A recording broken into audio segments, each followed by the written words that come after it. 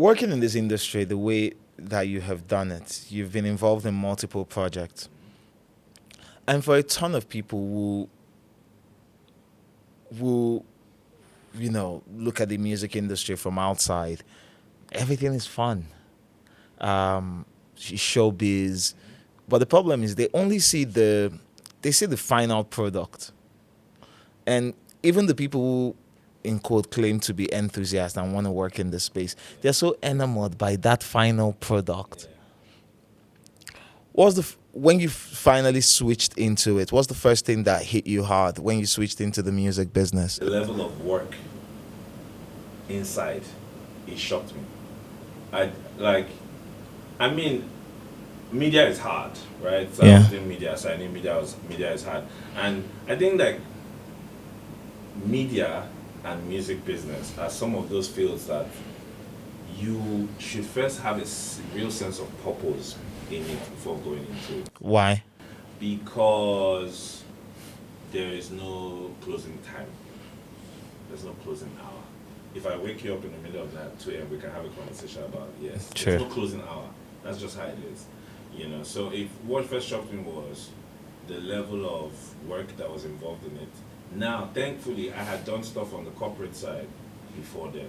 I had worked in HR for an airline. I had worked in HR for an airline.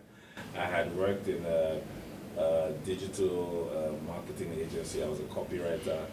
I'd done copyrights and social media management, and this was even for a bank. So I knew like structure, order, and then I came into the music business where there's a lot of work, and the order is not really, there's no real sense of order. People do things as they please and as they like and whatnot. So you have to navigate your own way and make sense of it.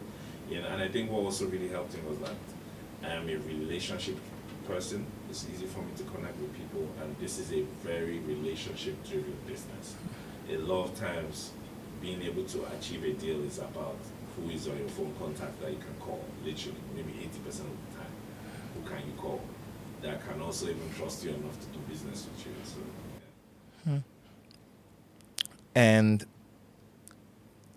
so, if relationships power everything, if relationships power everything, I hear that often. I've been in the space. I know what relationships are. I've made money from having a relationship. Just knowing a guy, it's so interesting. Knowing a guy or knowing two people, or knowing people, bringing people together, rather. You can just get a call, and then by the time you call two other people, you've made your money. And you know what's funny about this? What's funny about this is that I worry for the younger generation, because I think when people like me and you started out, there wasn't a lot of social media didn't have as much say like it does now. Yeah. So maybe we could do certain things and get away with it, right? Or people could move on. But now it's a different ballgame. I have grown to the point that I understand that I could hear that Joey said something crazy about Excel. I'm like, alright, cool. Maybe there was a time I would be emotional about it and say, no, screw that guy, I'm never going to do business with him. Now, if I hear that somebody said something about me, I'll check, is it true? I have to check. And if it's not true, I'll be like, is this person still valuable? If the answer is yes, we get together. I will see you, when I see you, I'll greet you.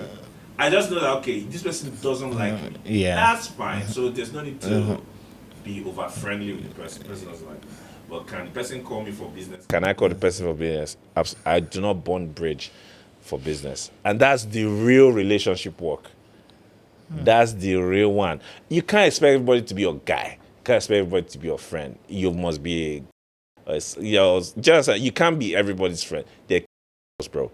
You can't be everybody's friend. So I want the younger execs, even the artists, managers, everybody to understand that, look, maintaining the relationships is more than just who is there for you. Of course, when things really rise up, the people that you are sure of. Yeah, you call you hear. If there's big deal now, big deal, I will call people like Joey, people that I know I can trust. Yeah. That my guy is a hair. Yes, of course. But it doesn't mean I cannot do business with a shark. I can, 100%. And what if the shark bites you? Because this industry is full of sharks. Yes, it is. And just and if you bite me, no wahala. I take it. I learn from it. You have shown me, fool me once, shame on me. So, fool me once, shame on you. But I have also learned that you have beaten me, no problem. I know what not to trust you with, and I take the lesson and I move on.